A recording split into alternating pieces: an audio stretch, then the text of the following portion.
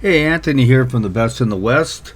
Today we are digging out a pool for an above ground pool. They're going to put it in the ground, so it's about 12 by 22 feet.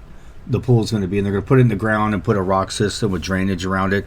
It's pretty cool because around here to put a pool in ranges from about 120,000 to 150,000. It's quite expensive. So. And then if you change your mind later, 4 or 5 years on the road, you could just take this pool out and backfill it with 20. It was about 22 yards of dirt. And that's the beauty of what I've been talking about since I started this, having different equipment. I can do different stuff.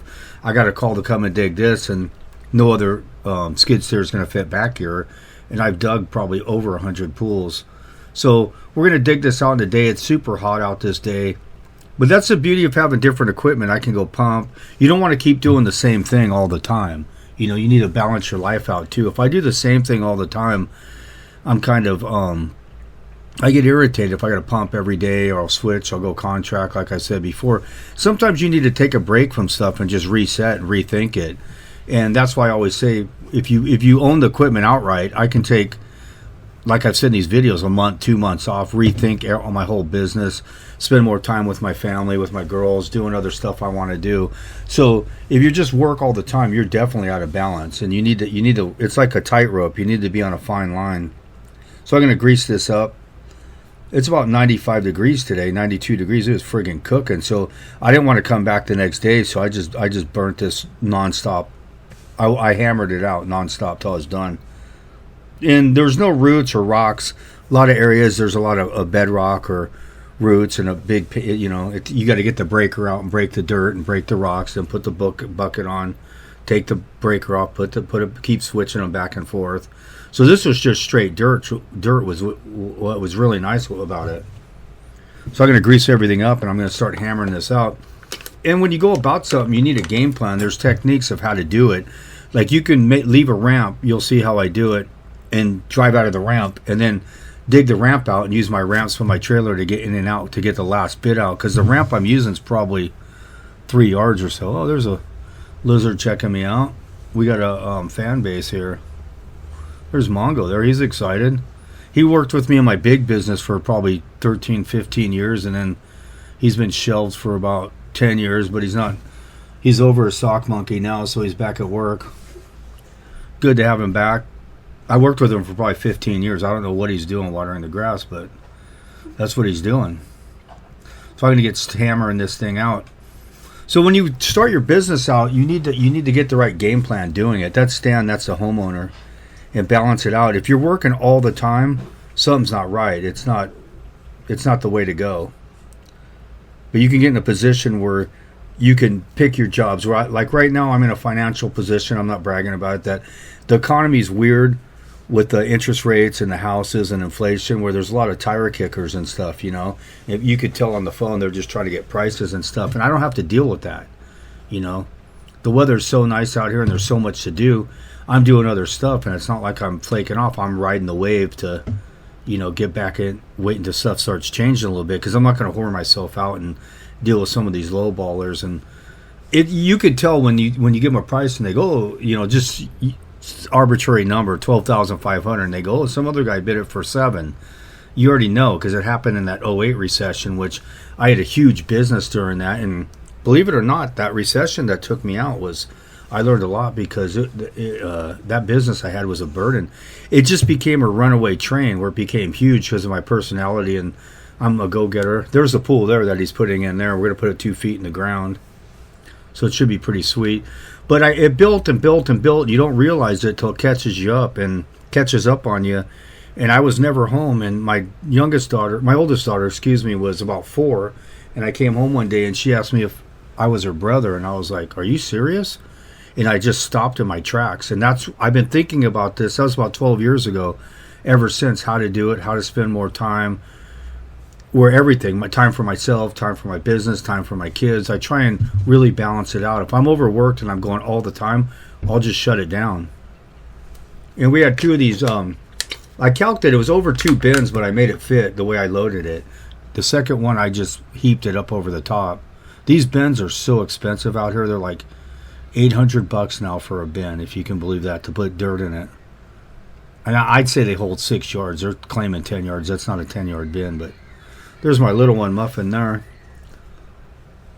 So I'll be digging this out. But back to what I was saying about the business, it grew out of hand. And when I was doing big jobs, sometimes my payroll was, 40, 50,000 a week, not counting all my bills. So when you have that kind of operation, you got to be a dick. You got to micromanage that thing because there's so much on the line. And then I realized when my daughter said that to me, what is this all for? What is this life about? It's not just to work yourself like that day and night. I mean, granted, I got good at what I did because I put so much time into it, but I wouldn't do it again if I could do it over. But I did it, and then that 2008 recession hit. I actually lasted to 2010 because I had a big grading contract in 2009, almost a whole year. And then it took me out, but it was a blessing in disguise if when I look back at it, because that thing was a runaway monster. It would have just kept going and going. The phone just wouldn't stop, and I kept hiring more people and buying more equipment. And I owned all the equipment. I only had a payment on like maybe a truck and one of the tractors, and I had like 4 tractors or something. The case, the one that I kept, is the one I had the payment on. I got rid of everything else. I'd like to get another pump. Have another guy on another pump, because I can get so much pump work. You can make, $5,000 a week pumping easy, and that's part-time.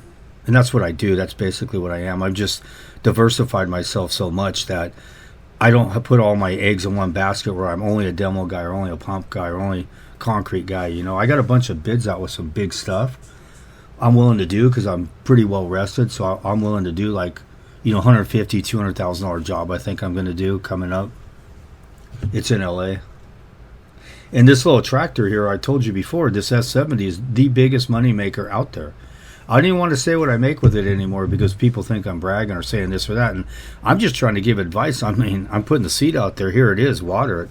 I mean, if you have half a brain, take it and go with it. So I'm not really going to go over that kind of stuff because people seem to get annoyed. There's my electric bike. My daughter's. It didn't. It broke down. That's Kevin. He's a mobile electric bike guy. So he came out and fixed it for me. That's Muffin's electric bike. That baby will do about 33. If you're in Orange County and you have an electric bike, call Kevin. Came and fixed it for me. We're all good to go. We're back to digging. I just brought it to the job and had him come out. This job's in Garden Grove. This is where I poured the driveway extension. So I got a whole game plan on this, what I'm going to do. I'm going to dig it out, the far half of it. Then I'm going to leave a ramp to the left, and I'm going to dig the other half behind me, use the ramp, then put my ramps in, and then take the ramp out. Because the ramp that I use is still like 3 yards. So if you pigeonhole yourself and don't put a ramp, how are you going to get out of there? And then how are you going to get to the other 3 yards? So I do this whole thing by myself. But I had a demo rig that I ran for off and on for 10 years, and I went out by myself. There's just driveways, digging foundations, digging pools, demoing pools, whatever. I did it by myself, so I'm used to it. So when you do it like that, you got to learn how not to screw yourself, which I've done 100 times by going about it wrong. You really got to think it out. If you can visualize it in your mind before you do it, like I do, it's just exactly how I'm going to do it, and boom. And that's exactly how I do it. This is a pretty big above ground pool.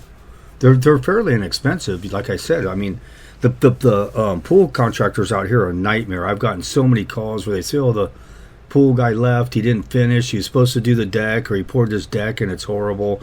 I don't get involved in it. That's why I wouldn't hire a pool contractor and get a pool if I was going to do it. I would do it myself. But these guys dig because they make it so hard for them out here in California with all the permits. They got to get all these other entities, a plumber, electrical guy, shotcrete guy. And they dig 10 of them so they can get 10 draws, and then they take the money from the 10th one to come back to the first one, and on. You get the drift, what I'm saying. So this dirt was pretty sweet. Considering I've dug in some bedrock and some crap, like I said, you got a break, so this is like a picnic. Just a little dusty.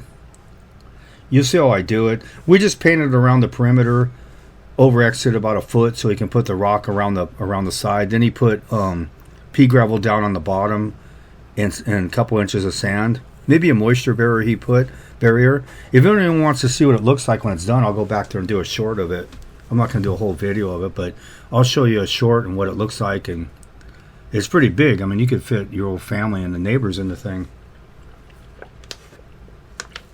And you just got to stack this stuff right. And he redid his lawn, so I couldn't go across it and dump it on the curbside. I had to throw it over there and then put the bucket in and push it over to that side. With this little one, it won't reach all the way, but you just got to shovel about a foot or two to get it evenly laid in there. You know, and you got to consider the fluff too. This dirt is probably 1,000 years old. This house is probably 60s. That dirt's just been self-compacted forever, so when you dig it up out of the ground, it fluffed up like big time. Not much clay, really good dirt, but there's a lot of fluff to it. 20 something percent, probably 20%. Wasn't 25, but it fluffed pretty good. That's how I load in the street, because I don't want to burn my tires off. So I just swing it around like that, because if you're spinning on the street on asphalt, it's like going on sandpaper and just sanding your tires. You can see the rubber on the ground. I'm like, that's $20 right there. So I just swing it around. That's why I always do it. And this is a pretty tight area. This is typical Southern California, going through a gate like this. There was a little wall right there that he wanted me to knock down because he's putting a different system up there. See, I'll try and throw it to the other side the best I can, but my tires keep hitting, and then you got to try and scoot it over there. You gotta load the thing evenly to get in there what we need.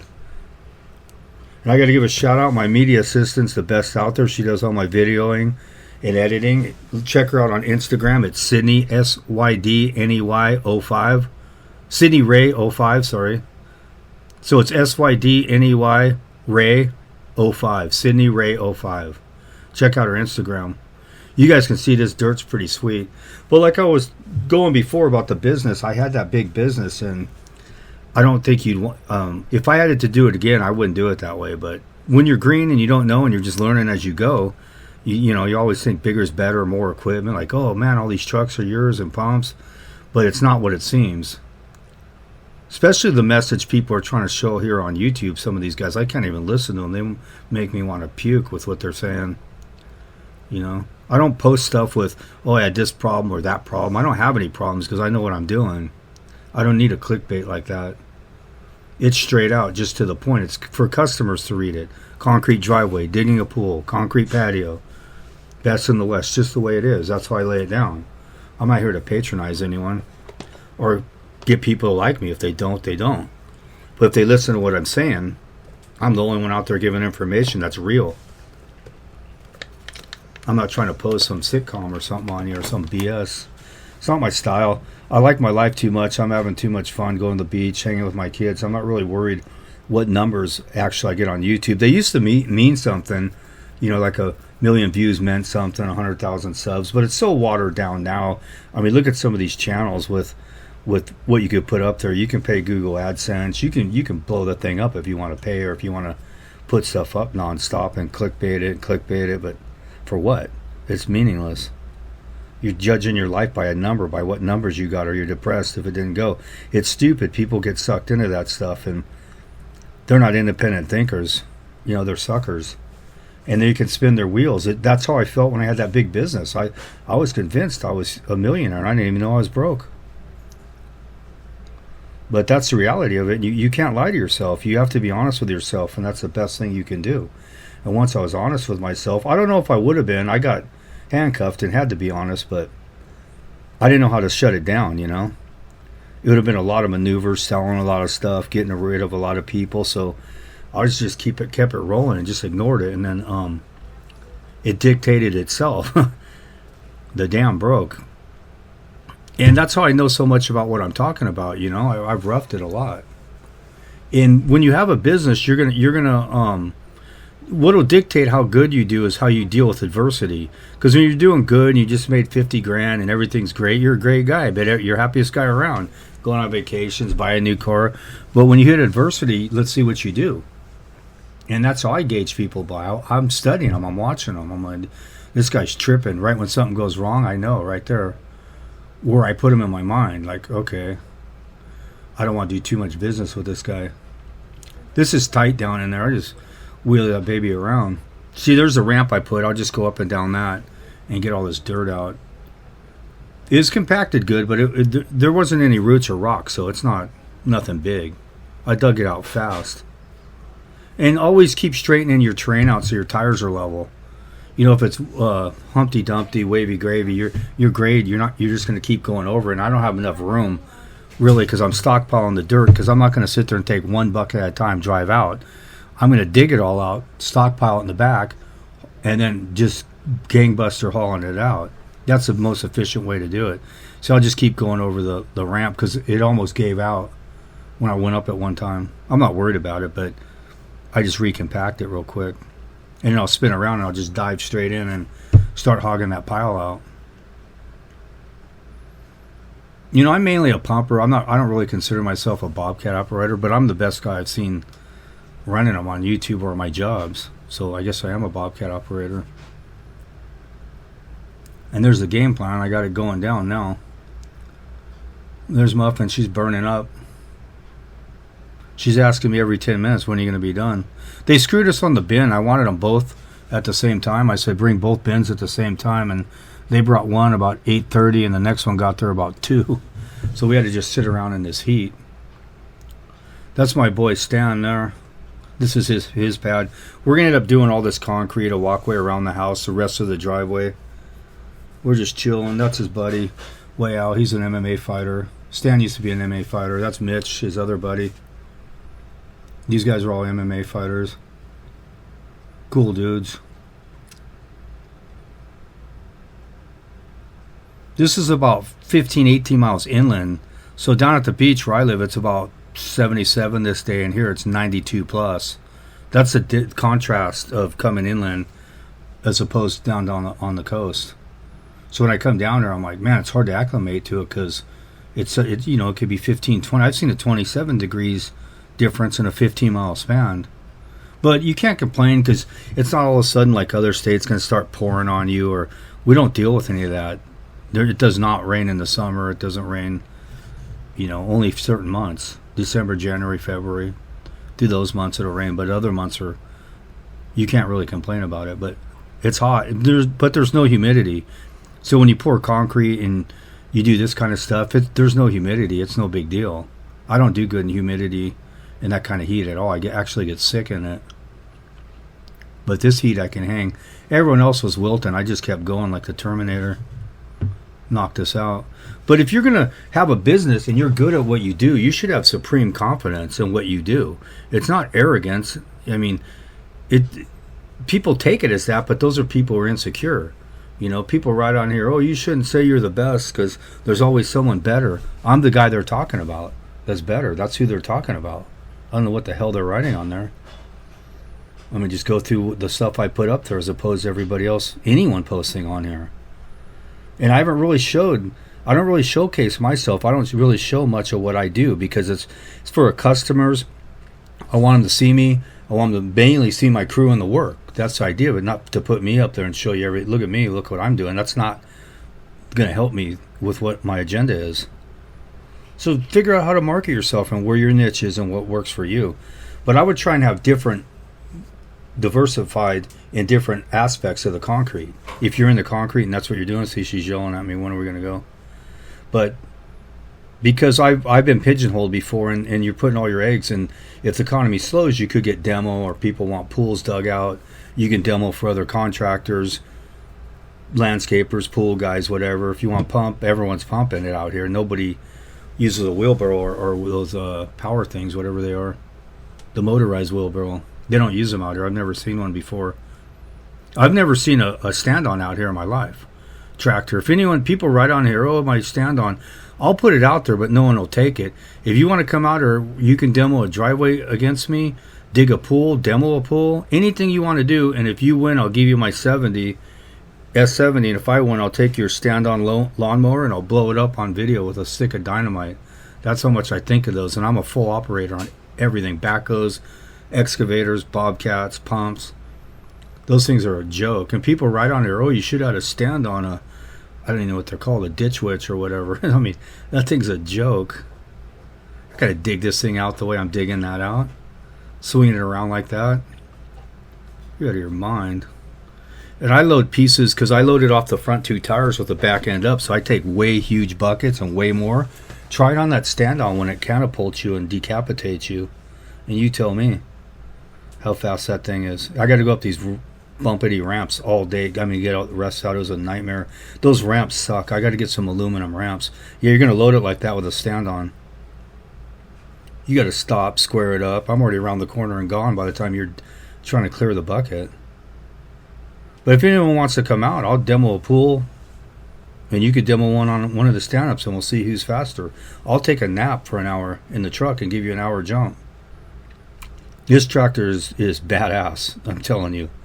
I know every huge demo guy, every guy out here. I've never seen a demo company out here, which California is the standard of everything. Concrete work, craftsmen, and I've never seen any demo guy with that. They would laugh at you if you showed up here with it. Every demo company has a 70 to get in tight areas, to dig pools, to demo pools. You've seen that Susan 350-pound hammer I have on this thing. I'm taking out 10, 12-inch thick concrete with it. And these things run. I mean, they're old faithful. This thing runs so good. I think this tractor has 1,800 hours on it. I run the crap out of it. I don't even pull the other ones out. Even on bigger jobs, I'm like, I'll just take the little one. I have it. I have the horsepower and the firepower at my yard. I just rarely pull it out. If you're good, you're good. It doesn't really matter what you're on, but I wouldn't get a stand-on guy unless you're a landscaper.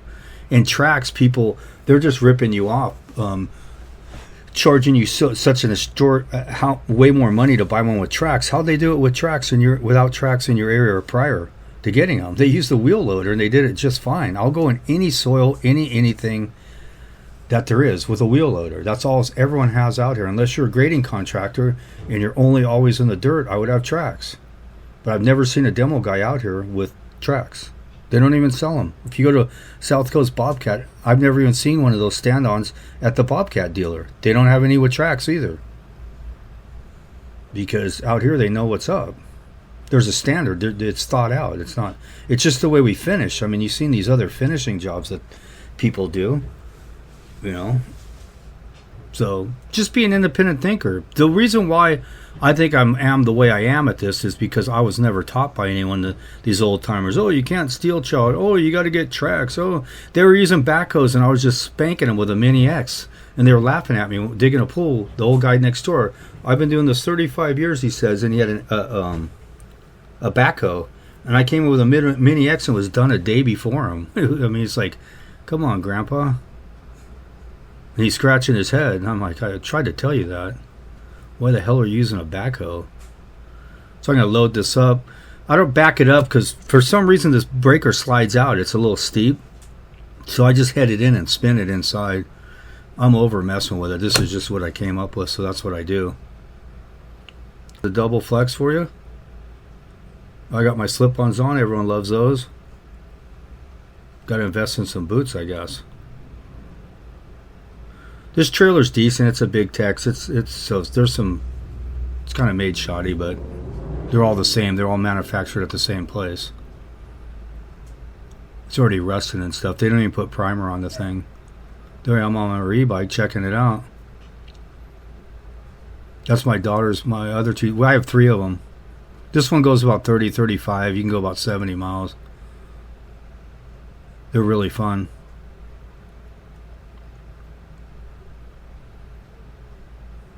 And there's a full day's work there. And then we went to Laguna. That's me right there. We went to Cliff Street in Laguna. Went for a swim afterwards. It was awesome. Water was perfect. About 70. Thank you very much for watching The Best in the West.